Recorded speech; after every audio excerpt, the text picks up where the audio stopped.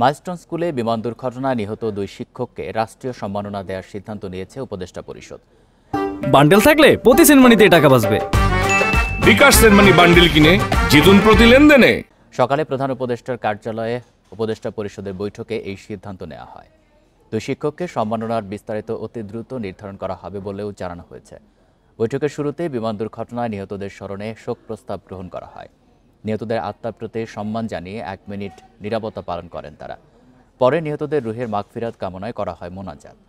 উপদেষ্টা পরিষদের বৈঠকে মর্মান্তিক এই দুর্ঘটনায় নিহতদের পরিবার এবং আহতদের চিকিৎসা সেবায় সরকারের পক্ষ থেকে প্রয়োজনীয় সকল সহায়তা দেওয়ার সিদ্ধান্ত নেওয়া হয়।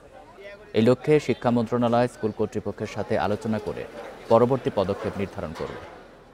এদিকে নিহতদের আত্মার মাগফিরাত ও আহতদের সুস্থতা কামনায় শুক্রবার সব ধর্মীয় প্রতিষ্ঠানে বিশেষ প্রার্থনার সিদ্ধান্ত হয়েছে।